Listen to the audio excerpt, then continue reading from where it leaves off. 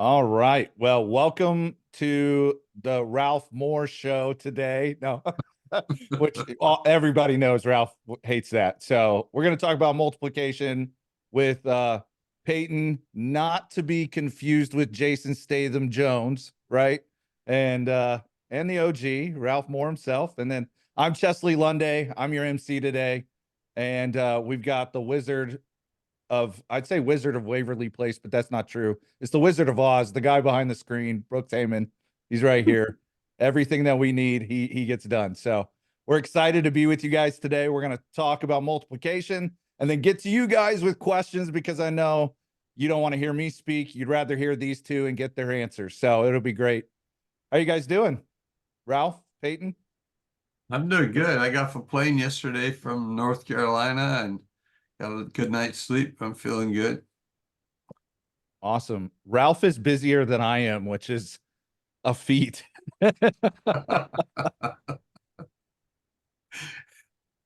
Peyton, how you doing, man? I'm doing good. I've done nothing with my life. We're talking about in the last few days. So you guys are making me feel inferior. I don't know. Easily done. You're getting ready to go into book writing territory, so we're not going to see him for it's like a black hole. Yes.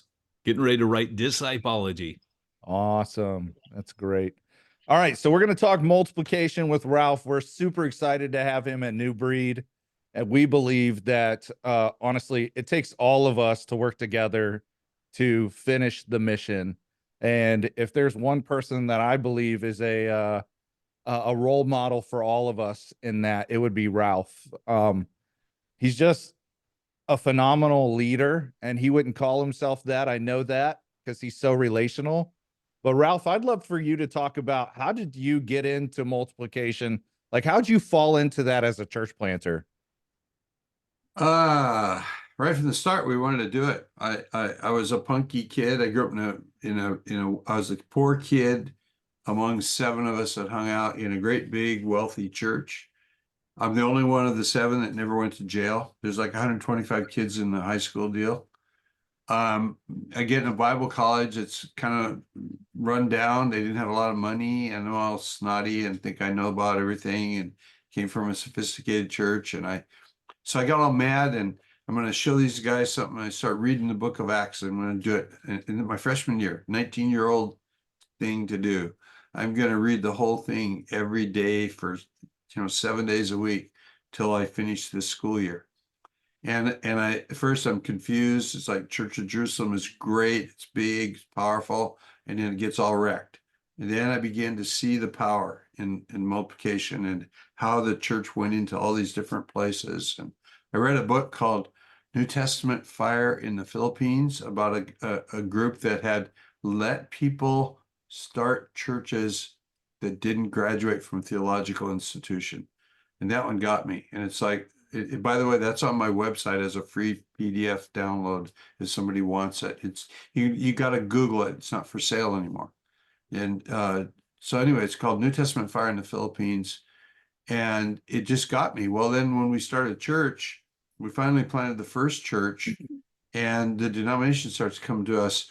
Do you guys have anybody that could take over this dying church? So we tried that one time, and they fight back. And so then it was, well, if the church dies, then we'll take over the building. And so that kind of got us going. And I don't know if we could have made it if we didn't get those free buildings. We were young and naive and stupid, but we just sort of fell into it. And then we started seeing the power. How many more people are in the kingdom than go to our show on Sunday? That's so good. I think honestly, the way you did it, I read one of your books about how to disciple people, and it was so wonderful on watching how you just organically did it with the leaders that you had. I'm excited about the people that are on the broadcast today. Yeah. I see a couple faces. I know John, it's good to see you, buddy. And then Sam, I told you I wouldn't make fun of you for your superhero pick on the Foundry. So if you actually are on the Foundry, we're super excited to have you here. We just have a lot of fun. So we talk about superheroes. We talk about the fact that Peyton is now becoming a Star Trek fan.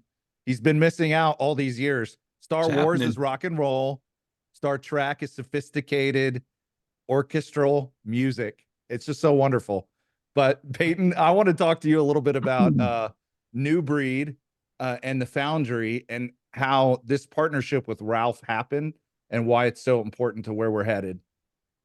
Well, like you, I'm very excited about the people on this call. Number one, I know some of you on here. Like, for example, if I'm not going to ask, but if I were to ask, how many of you were discipled by Ralph or, came out of the movement? I already know, like, for example, Dr. Tom Johnston on here, a good friend of mine, someone that I'm starting to partner with, Mike Chong Perkinson, planted multiple churches and up in Vermont. Like, that is not an easy territory. And, he's actually, there's a picture of Dr. Tom, and Dr.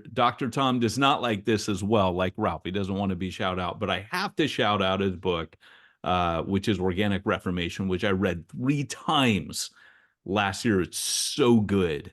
But also too, there's a couple names when you mentioned in church planning that there's a whole generation of people that were spurred on. The 2 books, Ralph's book on church planning with the red car on it, if you've ever seen that book, phenomenal. It is packed with church planning gold. His discipleship book, I recently reread it. It is hands down the best book out there on discipleship. There is so much discipleship fluff. And this is my theory. If you read an author and it just really resonates with you, it's because they've probably done 2 things before they ever sat down to write. Number one, they did it. They're practitioners. They're not theorists. That's the first thing. That's why it hits different.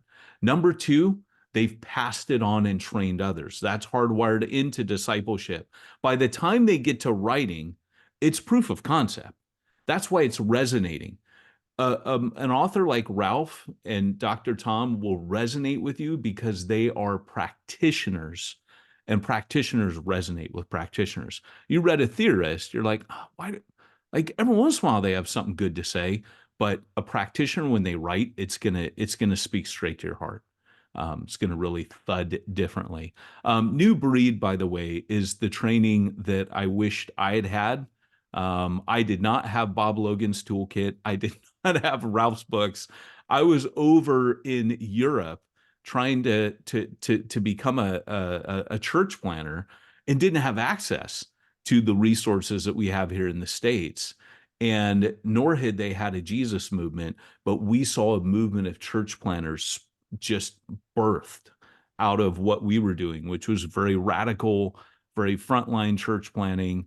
And when we looked at a lot of the church planner training that was out there, it was all big box model. And we said, what if we could do like a punk rock version of church plan? Of course, you've read church plantology, there are timeless principles, right? Stuff that Ralph is writing about, stuff Dr. Tom's writing about, stuff that other people were writing about. Ott on his book, Global Church Plan, very good book. But there are timeless principles. And so we've sought to pass those down to people at no cost. And that's kind of been over the years what we've done. So right now we're training in 72 countries.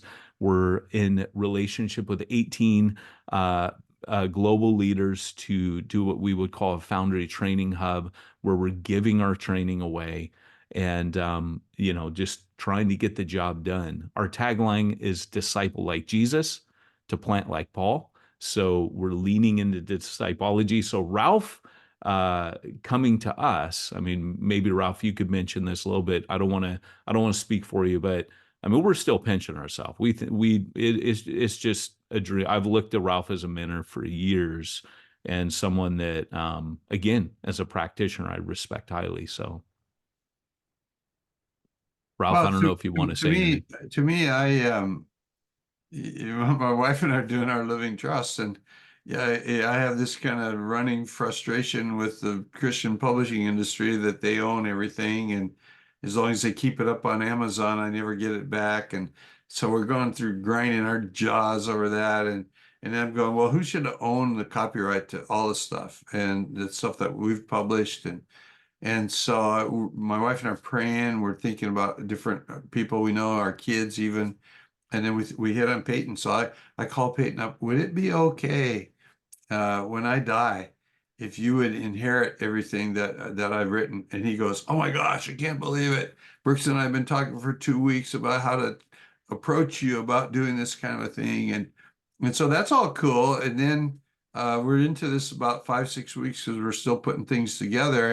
And then Peyton goes, "Did I tell you about I had the dream?" I think you should tell them about the dream because you told me about it, what, about 2 weeks ago finally. And it's like, Yeah. God is really in this. So I didn't want Ralph to think I was an Uber freak, but I turned 50 this year, and starting this year, I started having dreams. So some of you that have been through the because it makes you sound like a weirdo, right? When you say this, or You like are a you're weirdo, but well, definitely, but I keep that stuff close to my chest because you never want to manipulate people. Well, I had a dream, but I dreamt this 2 weeks before we talked with Ralph, which is why I started talking with Brooks, who's our content director. And I said, "Hey, I don't know how to put this, but I feel like we need to be working with Ralph, like he's got all this content and all these things to say, and we want to steward this to the next generation because the next generation they can't really afford to have to learn this all over. Ralph and Ruby spent a lifetime gleaning this wisdom and are more than ready and have been passing it on to the next gen, but we need to steward that. And so our big sticking point, we ended our conversation saying, how are we going to bring this up to him without offending him? Like, hey, you know, hey, when you die, can we have your stuff? Or hey, but Ralph approached me, and Brooks has said repeatedly, because what I haven't told you guys, and Chesley can tell you a little bit about the Foundry. The top secret project we're working on right now is building something where 2 days after Ralph did, another influencer asked me the same. And I said, Lord, if this is you, have so and so text me. And then that happened. So now you guys know what an Uber freak I am after I'm sharing all this. But this has clearly been something that's bigger than us. And we definitely feel the Holy Spirit in whatever he's doing. We still don't, I'm sure we haven't seen the extent of what he's doing yet. Yeah, I think when we talk about the Foundry, our goal is to have on the ground training in your hands on mobile technology. So you don't have to wait to figure out what to do. You'll know what to do. Jump on the Foundry, talk to one of the leaders, go through one of their courses, and then just go put it into practice. And then teach us what you learned along the way through the community. So we're all in this together, and we're not trying to sit here and be the experts. And I've always been told that expert means you're only 2 steps ahead of the person you're teaching. So yeah, I want to talk, Ralph, for a second. What's the biggest um obstacle to actually committing to multiplication? I actually think that the biggest obstacle is fear. One of the problems that I think I identified is a misunderstanding of, and nobody would even use the word, but of mediocrity. If I didn't train you adequately, you're not up to the task. And I think one of the problems is we get into control issues. My kids have kids, and their kids are going to have kids, and their kids won't even, one generation after that, they won't even know my name. And so I think I got to control everything in the church, and it's just not real. So I think that the fear is the biggest obstacle. And sometimes it's fear of if we start planting, we're going to lose some money, those kind of things. But that's easier to overcome than the fear of I might do something that actually hurts somebody or hurts the kingdom. And so, this is why I so like the concept of microchurch, because for sure somebody can keep their job, start a church, and if Rick Warren started a microchurch in his house, and if it wants to get big, it can. I got a friend in Sri Lanka. They have about 2,000 people in their church, and there's 2,100 churches in Sri Lanka and India and the Philippines. More churches than there are people. And some of those micro churches, those house churches, have 600 or 700 people coming to them. Several of them. It's pretty cool. That's amazing. Peyton, do you want to add anything to that? What's the biggest obstacle in the way of multiplication? It's funny because the way that I see it, it's the question that Ralph's always answering, is leadership. The leadership pipeline is the biggest bottleneck to multiplication, and that's why discipleship is the answer. One of the mistakes we made at New Breed was we started in the book of Acts. And so when plantology came out, it was unpacking what the apostles did to get us back on course. But wait a second, there was a story before that story in the Gospels. Jesus focused in on discipleship. And so at New Breed, that's really been our focus over the past year. We've written and we're getting ready to lead our 4th cohort on this. And it's funny because there's 4 things Jesus trained the 12 to do in those 3 years: become disciples, make disciples, gather disciples on mission, and scatter them on mission. Those 4 things. You could take a 15-year-old kid, just like Jesus did. He took 15-year-olds. I learned that from Dr. Tom and Mike Chung Perkinson in their book. But he was a rabbi. At 30, he picked 15-year-old kids. He trained them to turn the world upside down. So anyone can do that. There's no barriers to entry for discipleship. And that is the answer. The reason we don't multiply as fast is because we're not discipling the next wave of people. And I learned this personally when we planted in urban Long Beach. We planted our 4th church out, and it was kind of like first string, second string, third string in a sports game. All these teams came out. And then all of a sudden I was like looking around, and I got Steve Gibbs on here, which is kind of cool because he's leading Remnant in Long Beach, which the original mothership became 2 different bodies. But Remnant is really the missional part, like still hardcore in the mission part. But I remember, and Steve will get this because Steve was not a ministry candidate, and here he is leading what my daughter calls her favorite church when we go and visit. And it's amazing because Steve was a financial guy. He was never going to do this, but that's Ralph's story too. Like if you talk to the people that Ralph has discipled, so many of them never saw themselves as planters, disciplers, multipliers. And yet all we did was we looked around and we're like, well, we got the people sitting in the seats and the guy in the chicken suit costume, right? First, second, third stringers are gone.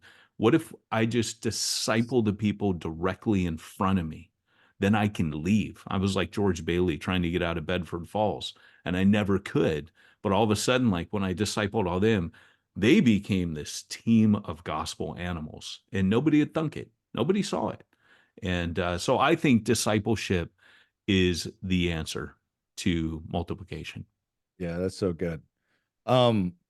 Ralph, you have a couple books that you wanted to show and say, hey, pick these up. Like they're so important to multiplication. Would you talk to us a little bit about that? Well, I'm pandering to the hosts here, but this is really, really, really a great book. And if you're thinking about planning a church, you're going to find a lot of tools. This is college level material. It's really good. And I dug out 3 books. I'm writing a book, and so I got stacks of books in my office. So what you see behind me is a green screen. When I cleaned my office and took a picture of it, so everything, the books and the shelves are all straight. But I got a table behind me with about 5 different stacks that go 8 or 9 books tall. So I just grabbed the cream of the crop, and one of them is my own. So this other book by my friend Todd Wilson called Multipliers is actually, if you go to Exponential and you buy into the level 5 thing, which is wonderful, it defined what I had done with my life for me. This is the best book you could get. Todd's an engineer, so it's a little bit engineer speak, but that's that. Peyton was just talking about what we did by making disciples. And we built a really, really simple system for doing that. And we actually had junior high school kids leading what we called mini church at the time. And we just made it so simple. What we did is vertically align the Sunday, whatever was being taught, to what is going to go on in the small group in a way that people are bringing in. This is what the Spirit said to me. This is what I want to do because of it. And then here's how we're going to help each other get the job done. And then if we'd see somebody, lead a group, raise up disciples, go start another group, do it again 2 or 3 times, that's when we started thinking that maybe they'd be a church planter. So this book is the title kind of comes from Lord of the Rings back in the hippie days, but way before the movie. If you're a card-carrying hippie, you had read the Lord of the Rings trilogy and The Hobbit. And my friend, my dentist, when I told him I was going to move from the big church in California and go start over scratch in Hawaii, he goes, "You'll never do it, Frodo. You'll never let go of the ring. The big boys never do." And we did. And thank the Lord that we did. It was a wonderful, wonderful experience. That's awesome. All right. You guys don't want to hear from me anymore. So I'm not going to ask any more questions. I think we should definitely start getting questions from you guys. You want to say something, Peyton? I have to say so. I have to Okay. say this.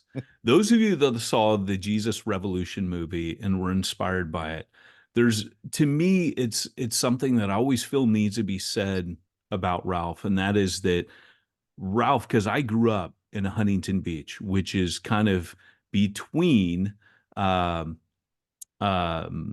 Ralph was in Hermosa, and then Costa Mesa.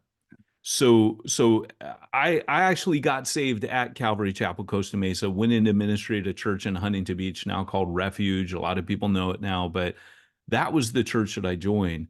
I actually served with the guy, if you've ever heard about all the surf ministry, it went out. Perry Ching was a guy who did that. He came over to our church. He's working at McDonnell Douglas. And I actually got to hear Ralph. Ralph doesn't know this. He once was there, and I got to go hear him. But this is kind of one of the cool things. With Chuck Smith, Chuck held on to the ring. And you please understand, I have great respect for Chuck Smith, and I'm not trying to pull him down at all. But one of the greatest detriments to the Calvary Chapel movement is the model was set for us that you stay in the pulpit and you die in the pulpit. And even now, the next generation under that is doing the same rather than handing that away, rather than passing it on. So the generation that we're in knows how to age out in ministry. In other words, by dying in the chair, but doesn't know how to let go of the ring, right? And so there should be another movie made, is what I'm trying to say, where a movement grows up to 2,500 people, right? It's kind of like pork, the other white meat, right? Ralph is the model of what happens when you're in the Jesus movement. You see this incredible growth. The Holy Spirit is moving because the Holy Spirit worked in multiple places. And then what happens when you give away the ring and focus on discipleship like Jesus and Paul did, and you still see that kind of growth, right? And I always feel like I need to say that, because we think the model to a movement is the model of you plant a church, you stay there, and then you just, other people imitate you and go, and that's how it happened. Even Calvary Chapel, we didn't plant very much out of the Calvary Chapels that were planted. You went and talked to Chuck, and then you went and planted your own with his blessing. It actually did not become a multiplying movement. Many people don't know that. That's the difference. So we really are looking at multiplication when we're talking around. Ken, if I could just interrupt, I got an opportunity last week. I spent a week with my friend Todd Wilson, and he's he's actually part of the church that is pastored by J.D. Greer, and they have planted 50 some odd churches, and those churches now are planting churches. Big multi-site church, possibly the biggest now. But they get it. And so I was introduced to their Mandarin congregation. They're in a university setting. They're beginning to look now at the pockets of people out there and go, we could actually spread out into doing micro church. And I think that this is really wonderful that we're beginning to see this turn from the big level 3, we're going to just add and add and add, because when you do multi-site, all you do is add more chairs, but you didn't multiply the church. And now we're seeing some leadership in that area that's really healthy. I was just honored to I spent 45 minutes with the guy, and missionary mentality. It was really cool. Good stuff. That's good. All right. So we're gonna ask some questions. You guys are. So here's the deal. You guys have the raise your hand thing. Let's see, it's right here. It says raise hand. There you go, like that. That's what I want you to do. I want you to raise your hand if you have a question. And Brooks, our local Wizard of Oz, will unmute you and you'll be able to ask.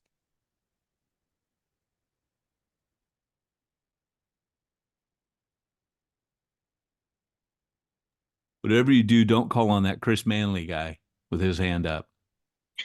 What's up, guys? I'm glad to be here. I think that you may have already answered it in terms of the answer to multiplication is not being afraid to give leadership away and to disciple, to mature those leaders. But the folks that I've gathered right now, I look at them and I would say the same of me, that there are a lot of little broken sheep.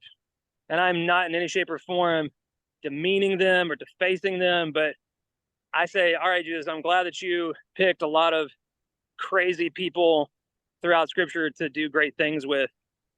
But I am feeling desperate for some additional mature leaders to kind of help me from the get-go.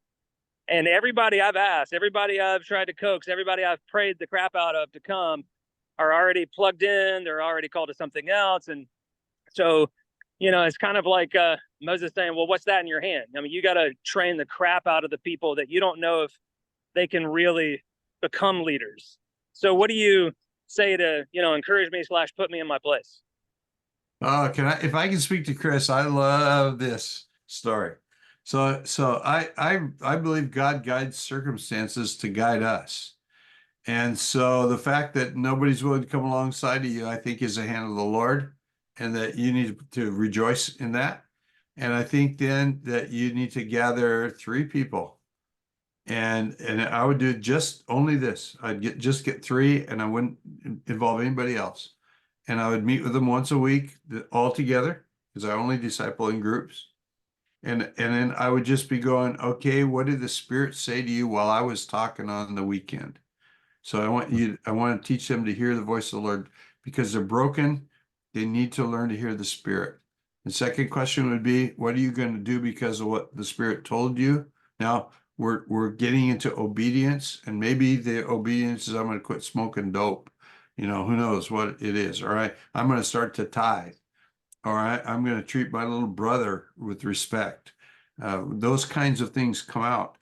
And then, what can we do? How can we pray with you? How can we help you? Very, very, very simple. But I would work with those guys for 5 or 6 months, and then I'd begin either breaking off myself from that group and starting another, or take the strongest one. You will find leaders emerge, and they'll emerge from the most surprising places. You mind if I add to that? Jesus gave the most authority to his disciples off the heels of their biggest mistake. Yes. Like, hey, you denied me. You guys all left. Oh, by the way, I'm leaving now. Now the show is yours. Think about that. And the verse just before that says that they all gathered together and with the resurrected Christ, but some still doubted. Matthew 28:17. I love that verse. Yeah. You said something that was gold that you kind of just glossed over. I want to bring us back to it because I think it's very important. You said you never disciple one-on-one. You always disciple in groups. I actually have been saying that for years. I think it's very important, and it's antithetical to everything we talk about in American Christianity for sure. Yeah. Yeah, by discipling groups, I mean, you're just protecting your time. And why would you want to disciple, in one at a time? I try to actually, I see Jesus had 3, and I mean, this is just theory, but if you got 3 plus 9, each of the 3 could have had 3. But I try to extend my 3 to, American span of control in business, or let's say span of support in ministry is 7. And, so I have actually found, I try to work with 7 people in a group. It's small enough that everybody gets a chance to talk.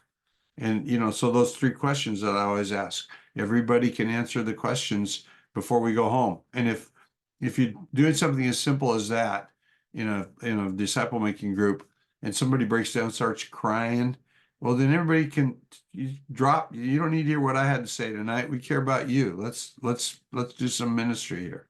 Good stuff can come out of all that. But groups really work better than one-on-one. Absolutely. Absolutely. All right. We're going to go to Stephine. It looks like you're in Uganda, which is amazing. I love the fact that this is a global audience. We're excited to have you.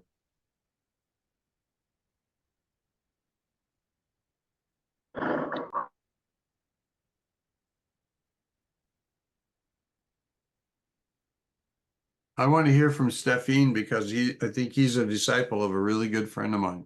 Absolutely. Oh, you got it Yeah. unmuted there. There we go.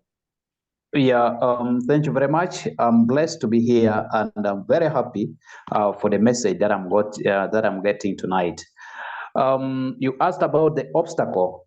What are the obstacles? Yes, in Uganda, I could say like the region where I am operating. Like Jesus prayed, I prayed for the worker. God has given me the workers. I started with the 3, then their number increased to 12, and now they are multiplying. And I've identified them, and I've trained them and equipped them. Now it has reached the time of resourcing them to go outside.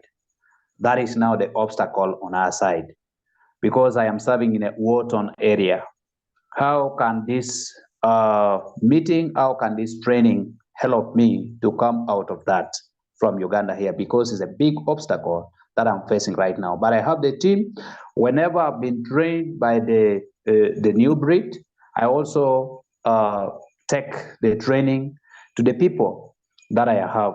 But now we need to resource them, because they always come and ask me that, how can we move to this destination? We want to go and make disciple here, what and the rest of it, because we have been suffering from war. How can we come out of that? Thank you. Stephanie, are you friends with a man named Randy Ishida? No. Okay, you're a different person than I knew. I think one of the things that you need to do, especially in a war-torn area, is to just begin to compare the Bible to what you believe is true of the American church, and realize that most of what we're doing in America, you don't need anyway. You don't need a building, you don't need microphones, you don't need sound system, you need relationship. And relationships can grow anywhere under any circumstance. One of my friends is in Mali doing ministry, and there's been war there for so long. And he said, in discipling, I'm having to deal with people where people have lost arms and legs to war. And yet he's seen the power of the gospel change lives. But getting rid of the idea of a lot of the stuff that we Americans have, or that we sort of think y'all need, you really don't. You could meet, sitting under a tree someplace, or if there's a coffee shop, that's a great place too. Yeah, that's so good. And I know, like, I just empathize with the emotions in Yes. those areas, just because, I mean, I was in the military, so the amount of just heartache that you have to deal with on a regular basis, you're not just trying to figure out how to multiply, you're also working on how to emotionally support people in the process. All right, let's go to the next question.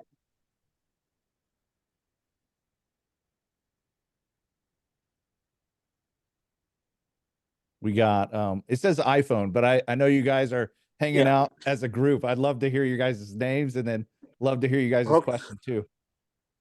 Okay, thank you so much. I'm glad to be here. I'm Pastor Felix from Cameroon. I have with me Pastor Tari Prophet, Pastor Kenneth, and Pastor Nelson. We meet every Thursday to pray, strategize for church planting. I'm so excited with this meeting today. And I have one question to ask. How do we build a multiplying movement in discipleship and church planting? What are the things we consider building a multiplying movement? Thank you. Peyton, you want to take that one? Nope. I want to hear from you.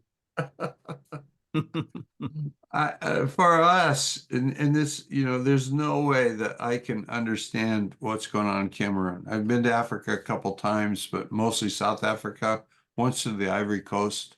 I saw poverty. I saw incredible commitment to the gospel, wonderful pastors. But at the same time, that I know that I'm an outsider to your culture and I don't really understand it. But again, I talked about earlier, the issue to me is control. I came up in a Pentecostal movement. When we had somebody who if you ever saw the movie The Jesus Revolution, where there was a lot of drugs beginning to be the drugs in America. And so we would see people set free from, actually twice I saw people set free from heroin just through prayer. But you see somebody who they grew up in, say, a Baptist church, which is pretty much the opposite of a Pentecostal church. And then we discipled them, and they came to Christ. They came back to Christ. They began to grow in the Lord, and we think they're ready to go plant a church. And then they go out the door and they go, "I want to plant a Baptist church." And so, what was our answer to that? You're different than us. Your doctrine is different than us. Your name is different than us. So here's what you can have. We'll give you our name. You can call yourself Hope Chapel. We'll give you money. If you need money, we'll give you money, and you can take as many people from our church as you want to take. When we begin to have that attitude, that we could work with people different than us, who the main deal is they love Jesus, then we were set to go. What we were actually doing is giving permission to be different. So then they go out the door, and they have this part of their thinking is, I can give somebody else permission to be different. And we went from being an adding movement where we added churches that looked like us to being a multiplying movement where we could where people could plant churches and we would help them and they'd be different from us. I hope that that's a reasonable answer in Cameroon, because I really do not understand the problems you guys are facing every day. Yeah, and knowing a little bit more about Felix's background, I'd say that's spot on. I mean, really, Felix and the tribe that's with him, they just run at it. They just do it, and just keep doing it, doing what you're doing. And I think a lot of times all of us, when we got started, we were always looking for someone to validate us. And if you were more in an apostolic setting where you just found yourself doing mission on accident, there was never anyone there to validate you. And I always think of Paul as, I think he was in that camp where he knew what Jesus wanted him to do, but nobody wanted to talk to him. They all thought he was crazy because he's talking about reaching the Gentiles, and Peter hasn't had his vision yet. And so he just gets on with it and just starts doing it. Years later, he goes to Jerusalem, meets the 12, and this always cracks me up. And he goes, "Yeah, I met the 12. They didn't really add anything to me, but he said, but they did recognize that in the same way that they were the apostles to the Jews, I was an apostle to he finally, like 13, 14 years later, gets that recognition, so.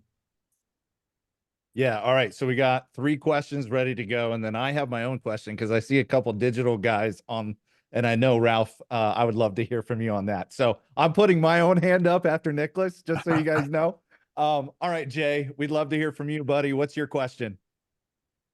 Yeah, hello from Knoxville, Tennessee. So yeah, my question was for the group. When you're talking about multiplication, I know there's always a delicate balance between strategy and Holy Spirit led multiplication. So where do you kind of see that balance being to where you're thinking in your mind, oh, we need to plant a church in this northeast part of the city versus whoever comes to me and I disciple them, they're going to go wherever God leads them, to where it's not so much that you're trying to manipulate and be in a particular area, but yet at the same time you're thinking strategically, like we need to be in a particular area or working with a particular group. Where's that balance? I got a great answer for that. What we did in Hawaii was, I have a friend, the guy, I need to back up. His name was Roy Hicks Jr. He pastored a church in Eugene, Oregon. And I grew up in a church, but we were churchy. We were, church was great, but us, our little gang, we were churchy. We weren't really very Christian. And I'm about 17 and I meet this 19-year-old kid who had been kicked out of a Bible college for, he would never say the reason, but he was serious, dead serious about Jesus. And he went on, planted a church. It grew to like 9,000 people. But by the time we had planted 12 churches, they'd planted 68. And so it's like, wow, I want to be like Roy. I want to do. But Roy was really into strategy.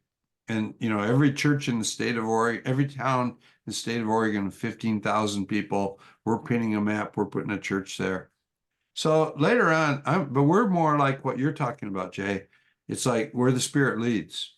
So then what we did was we looked at Hawaii. We're in Hawaii. We're trying to reach the church is only all Christians together who call themselves Christians.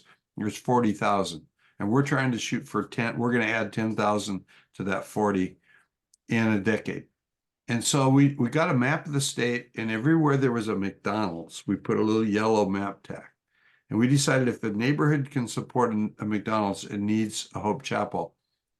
But now what are we going to do? We're going to pray, and we keep the map in front of people, and as the Spirit leads. So now we've wed strategy. We want to hit all these communities, including Waikiki. We have a very healthy Hope Chapel in a community center in Waikiki, and the guy's an old school Hawaiian beach boy who probably has never worn shoes in his whole life. He'll come to pastors' conferences, major events. He's the main speaker. He's always barefoot. He's Bible. His job is to sit in the ocean and teach guys how to surf every day. But I think that you can wed the two. You put the strategy out there, and then you open it all up to the Spirit and let the Spirit guide people. So who the Spirit leads ends up in Waipahu or whatever town that they're in, and go from there. Awesome. Sorry, I'm trying to have a conversation with Brooks at the same time, listen to all you guys, because we got some questions that are coming in on the chat. If we don't get to them, we're going to actually have a blog series that will be in the Foundry for you guys that Ralph and Peyton, and I think some of them even I could actually help with too, because one of them is probably digital in scope. So, all right. So want to get to Steve. Steve Gibbs, let's get your question out there, man. So, I see a lot of Joshuas and a lot of Calebs and not a whole lot of Timothys. I'm not making judgments about your age. I'm just saying this is kind of what I see in the church too. So my question is, where are the youth? And how do we bring them in with authentic gospel, not gimmicks? Yeah. This is part of the real passion that we have with New Breed. So much of what we're doing going forward is going to be focused on young people, which is why we're getting ready to flip a switch that just says everything's free from now on. Because if we're going to train 15-year-olds, we can't have a paywall, right? If I want to get discipology training into every youth group to teach every 15-year-old, like this is, I'll back up. I was in a conversation with one of the I'll just say it. It was the largest denomination in America, and I was in a meeting where he was pitching the vision we're going to plant 66,000 churches in the next 10 years. And being me, this is one thing Ralph and I have in common. This is why we can't have nice things. I raise my hand and I say, excuse me, but there are not 66,000 church planners in America right now. If you took all the denominations and combined them together, there's not. And I know because I used to train for North American Mission Board. And after 2.5 years of building this, at that time, a Cadillac of training, we sucked there because we set up 50-something church planting centers in America and we sucked them all up. And here's the thing. We thought, man, so I told the guy, I said, look, Jesus showed us what a farm system looked like in the Gospels with youth. I am currently planting right now. I train planners to read the room. Who is the Holy Spirit put with you? I swear to you, I was at the Free Methodist Conference in Orlando. I'm walking through my hotel room, not doing anything important. Wasn't like I was deep in prayer, and the Holy Spirit just hits me and says, hey, dummy, because that's how he talks to me sometimes. He says, hey, dummy, you haven't been reading the room. I've given you all these young people. Half my core team are teenagers. And I got it. And of course, I'd been reading Organic Reformation. So I'm like, oh, so I have a bunch of young people with me. And What? So I said, Lord, I guess what you want is you want me to become a glorified youth pastor. And I felt the Lord say, yes, that's what Jesus was. And it was just this incredible epiphany. And I went, oh my God, like it's like watching Sixth Sense at the last scene where you realize he's dead and everything's playing back. It was one of those moments. And so I am writing discipology right now to create a universal farm system to raise up the next generation. That is why I'm writing the book. I've already been given the foreign language rights to that and plantology now, because we wouldn't publish it with them with Zondervan unless they give us the foreign language rights, so it can just be given away for free. But our Peyton, training on that will be free. Sorry, I'll shut up. No, now. So then, you're good. are you saying that you're not going to approach youth any differently than you approach old folks like me? That's exactly what I'm saying. But That's awesome. It's about time. Yeah, I love it. yeah. I love it. But we have to be intentional, because I was in another group, a think tank, where we had a bunch of white Post-it notes all over, and each one they said, come up with 20 ideas that'll change the world and turn it upside down. What do we have to do to get the church unstuck? That was awesome. let me put you on. All right, there we go. There we go. I love this. So here's the deal. All these Post-it notes all over. And then we were supposed to go through, and I was with my wife, Andrea, and they said, circle the 3 that you think are going to actually change the world. The 3 that we got to focus on. And somebody had written youth. And my wife and I were together, and she took a marker. They said, circle the 3 out of, it's 120, 40 ideas. She went and circled that 3 times. And when it came time to present why you did what, my wife said, if we don't go after them, none of this other stuff matters. Yeah. Oh, we'll be like Europe. Yeah. And That's by so the true. way, can I just state real quick, church history, whenever the Lord moves, who does he move? Calvary Chapel, we're talking to Ralph, the Jesus movement, the Moravians, the Wesleyans. Who did God work with? The young people. Totally. And I can tell you, like, Peyton writes about this in Raiders of the Lost Art. I remember when I was a youth pastor, actually doing the what was it? Newspapers, getting the newspapers out. I was doing this with a bunch of Gen Zers. They're like, what are these? We actually started talking about what is your missional, your personal mission? Like, what are the things that God is reaching out to you to say, I would like to learn how to do that. And so that was a really cool exercise that Peyton wrote about in his book that we actually did in our student ministry. And I mean, that's a big heart of mine. I do intergenerational leadership and a lot of research on that because I think it's so important to get Gen Z and Alphas coming right behind. So yeah, we're going to keep moving on because time is short. Can I you want to speak say into something, that? Ralph? Yes, sir. Yeah, Go I ahead. really want to, talk about it. Look at your worship team. Thank you, Vinay. Can everyone hear me? Yes. All right. Look at your worship team. Who's up there? They all have gray hair, 50-year-old rock stars, or you got a bunch of young kids up there. Who's choosing the music that you sing in worship? That you can change the whole world right there.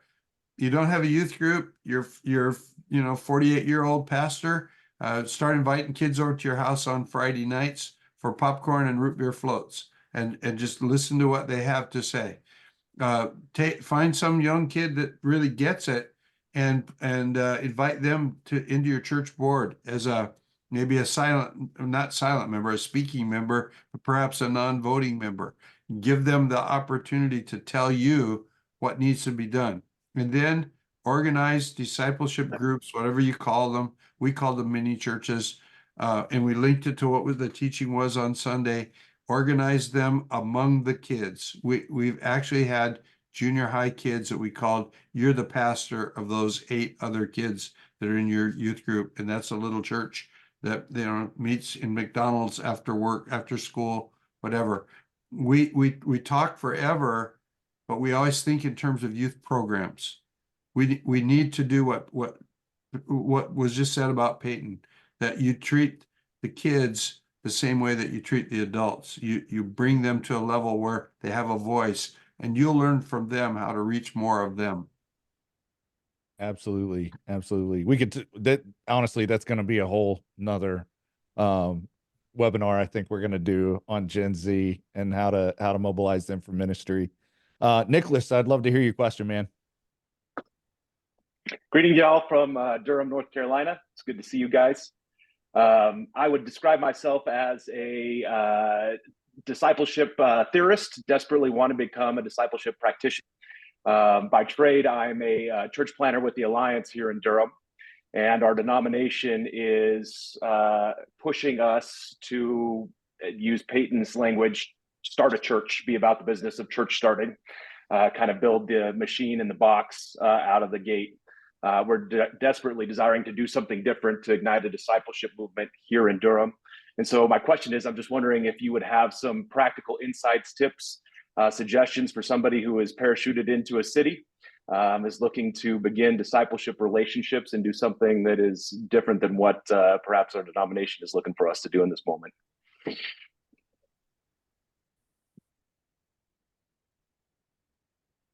Well, I parachuted in, and I was an odd combination. I was taught how to teach the Bible by Chuck Smith. Actually, the guy who put me in my first church put Chuck in his first church, and he got us together. So we're like the little kids in the Jesus movement. They got 20,000 people. We got 2,000 people. It was kind of like that. But we parachuted in. There were 12 people that first Sunday morning, and 5 of them lived in my house. The lady who played the piano had walked away from Jesus, but she agreed to come. And we were still an uptight. I wore a suit and tie, the whole deal. I learned from Schuler. Schuler went around and I don't buy what Schuler did, but I buy what I did. Schuler went around and knocked on, I don't know how many thousand doors, and asked people, what do you need? But see, he made the customer the person. Instead of the customer is Jesus. Peter Drucker asked 3 questions that were important to any church. Who's your customer? What does your customer most desire? And what's the best delivery system for that? So if the customer is the person, I knocked on their door and they said, I need a better life for my kids, I need a youth group for my kids, I need some counseling for my marriage, whatever, then we end up with so the customer is the human. Now we're humanists. The customer desires a good life, and the best delivery system is a bunch of church programs. Change the customer's name to Jesus. What's he desire? Reconciliation with his created humans. And what's the delivery system? Make disciples who make disciples. So I went around and I didn't knock doors. I put a little piece of literature on every door in town. At 13,000 houses. I actually did it myself. And then the literature was it looked like a church newsletter, but it actually was stories of people who gotten radically saved. And then so radically saved weird people who didn't fit in church showed up. And so we had a core group. We now we're starting to get momentum, and that set the tone for everything. And so that's really, really old school. You read Lyle Schaller, you read Schuler, you read these guys from 40, 50, 60 years ago, and you get stuff like, well, knock doors. I found if I knocked their door, they thought I was a Jehovah's Witness, and they didn't want to talk to me. So I would put my little flyer in their screen door, and now people don't go in their front door anymore. They go through their garage door. So I'd go stick it, I'd wedge it in the garage door. So when they opened it up, it fell out, and 3 days later they find it on the street. And first thing they do is get mad at you, but a few of them are going to read it. It's make contact somehow. Another guy I know would go in a coffee shop. He went and bought a big black, like those family Bibles they used to sell, and he'd study for his sermon in a hip young coffee shop with a big ugly Bible. And people would come up and kind of mock him, but he'd get in these conversations. Those connections are the vital thing that, is going to open the door for something to happen.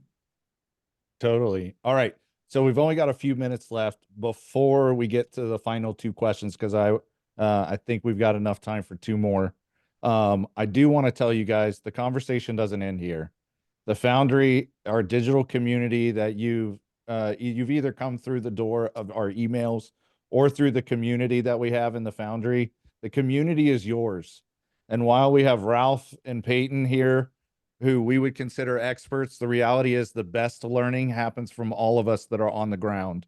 So if you got questions, the community is yours. We don't want to just have ourselves posting. We want to hear from you guys. What questions do you have? What insight do you have? I'm not the smartest guy in the room. Just because I like to write doesn't mean I should be writing. Whatever. But the reality is, when you guys have answers to stuff and you have insight to stuff, we need that too, because we're all on the ground as well. And so we want you guys to be participating in the community. You do not have to ask to post. Just post. And well, people like Ralph will show up and answer the question, but there'll be 10 other questions that might actually be smarter than Ralph's. Who knows? But that's because it's the collective insight of all of us that are on mission together. And that's what the Foundry is about. We want you guys in with us as we go and finish the mission. All right, I'm going to get to the next. Go ahead. If I could say one thing, just so you know, the Foundry, we're not selling anything to you. Like, the Foundry is open to everybody. It's free. It's no cost. The way that New Breed works is we always just say, if you're blessed, maybe bless us. And that's our step of faith. So that's how we've operated for years. We only recently tried an experiment to see what would happen if we charge for our courses. And so what I want to say to you is, come in, if you're blessed, consider giving, right? That's part of discipleship anyway. So if we're training people for discipleship, that's always a good approach. But just wanted to let you know that's going to be in there. It's also aimed at being more of a rabbinical model as well, where it's not just, hey, you read my book, here's my static content, knock yourself out. It's more of like, you see how valuable this is when you're talking with Ralph, right? We want people to have access to us, right? We don't want to be like this untouchable. Ralph says, this is what I love to do. I could do this all day. Don't worry, he's not going to be in there all day. We're not going to wear him out or anything.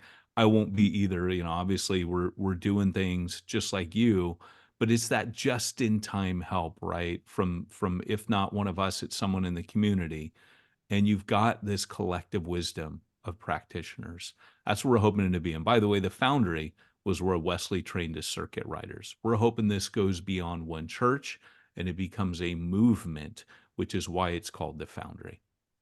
Absolutely. All right. So while I know we have run out of time, so if you guys have to leave, please do. Don't feel like you're missing something. We will put the recording on. But we got two more questions I want to get to before we leave. We got Daniel, if you guys are okay with this. We've got Daniel and Esteban. Are you guys okay with two more questions? All right, cool. Daniel, why don't you ask your question, bud?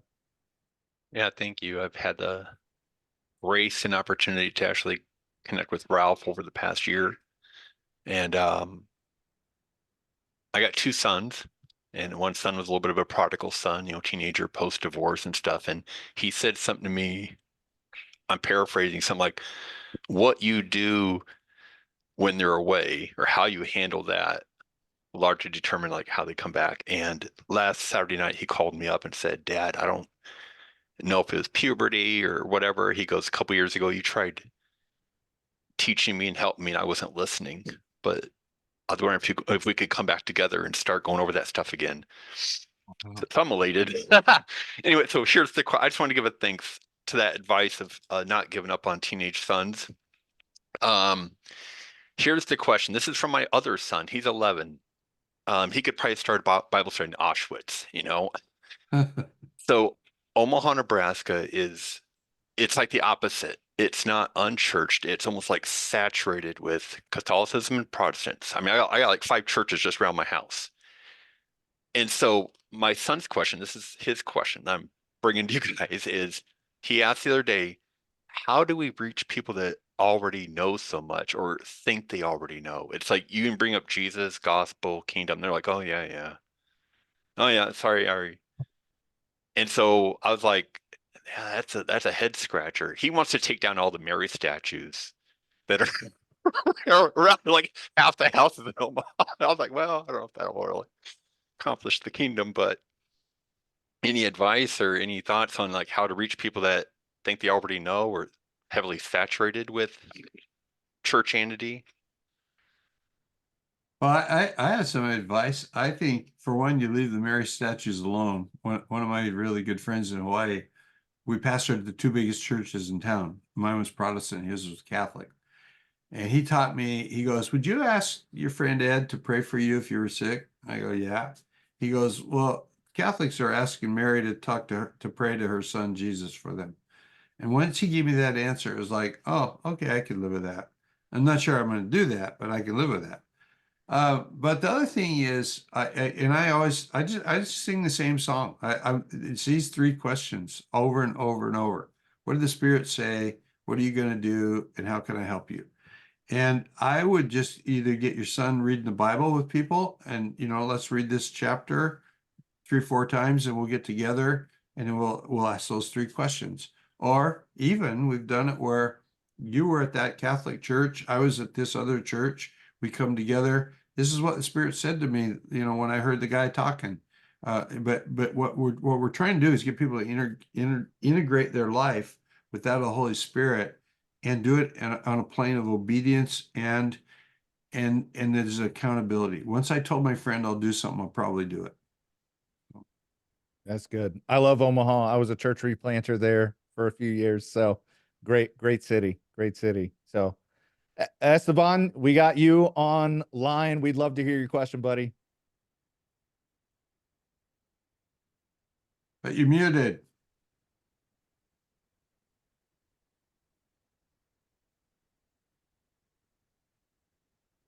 How about now? Wonderful. Excellent. Well, I'm in Madrid, Spain. I've been church planting here for about 7 years. And our brother Daniel, I think his explanation of where he's at, I'm probably in the exact opposite place. Here in Spain, the Reformation or any kind of there was no impact of the Reformation. So the people here have no point of reference on evangelical Christianity. So the older middle-aged Spanish people, they're like, oh, you're a Christian. What is that like? And there's just a complete disconnect with them. There's a massive move of Latinos here. And our church is primarily Latinos. And I believe that we are discipling them. But I'm certain God has called us to plant more churches, and there's no doubt in my mind. I've been connecting with other leaders, other veteran leaders who have been in the city for a long time. And I got into this roundtable group of pastors, and this other catalyst kind of leader said, hey, I've been trying to start the conversation with these guys about church planting. And it's taken me a year just to get for these guys to be open to have other leaders come in and talk about church planting. So the evangelicals that are here, it doesn't seem like there's too much interest in church planting, the churches. And the other organizations that train church planters, which there are some here, we've kind of come to the conclusion that there are no church planters here. So churches are not looking to plant churches. There's not necessarily this churning out of church planters to go plant churches in Spain. So just kind of want to get your thoughts on what you guys think about that for a place like Madrid, Spain. When I started out, nobody in our denomination in a whole generation had ever planted a church. In fact, the pastors around us, the old people who ran the thing, loved what we were doing because they remembered the day. But the pastors who were in their 40s and 50s, and I was in my 20s, hated us. And they called us names. We were called Hope Chapel. They called us Dope Chapel. It was crazy. And so we kind of came up in that same situation. As soon as we began to grow, they got madder. They became jealous. My advice to you, Esteban, is to ignore that and to go inside the congregation that God has put me as a leader of. How do I breed a church planting movement from this church? And I would recommend I come back to my friend Todd's book, Multipliers. If you can get that, that's a really, really good book. My little book would tell you how we did it, but we've done it in other countries. It's pretty simple to do from your own church, but waiting for other groups to get traction. How they'll get traction is they'll see you, and first some will resent you if you have some success, and then and move with the movers. You know, if it's the Latinos coming from across the water, well, that's who you work with. You move with who's movable, and you get something going. And then the guys around you who you're frustrated with right now, some of them will get mad at you. They'll disrespect. Well, your standards of, your threshold of entry isn't high enough. You're making it too easy. You're just too darn much like Jesus, and so that'll be a problem. And then they'll start to copy you. And at least that's been the story of my life. Is everybody's writing books about whatever we did and all that stuff, but it just took a long time. Now everybody wants to figure out what you did and do the same thing, and I think that's a good thing. I'll echo that and just say that's definitely been my experience as well. When we started New Breed, it doesn't exist really in Wales anymore. We have Ben Harrison on here, but we're hoping, like, I'm getting ready to head over there to restart it because it absorbed into A29. We had started before A29, and they recruited my co-founder after I'd moved back. But when I started, it cost me my reputation. Exactly what Ralph was saying, like I had been the evangelist at Lloyd Jones's church. I'd helped plant out of that. I was on the evangelical committee. I was writing for this magazine, the Evangelical Magazine, and I was speaking at conferences. And in the day, because they didn't have a Jesus movement. Like you mentioned the Reformation, right? Well, Wales didn't have a Jesus movement, and those things matter. So it was still, you go into evangelical churches, still pipe organs. And this is like turn of the century, right? It's like 2000, 2001, 2, 3, 4, 5 is when I planted that out of a Starbucks.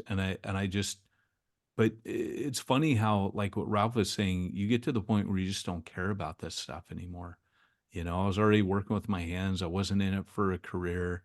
But what I found was, if I were doing mission out in the community, and people were coming to faith, that was sustaining me. I would work all day a secular job if I could see that.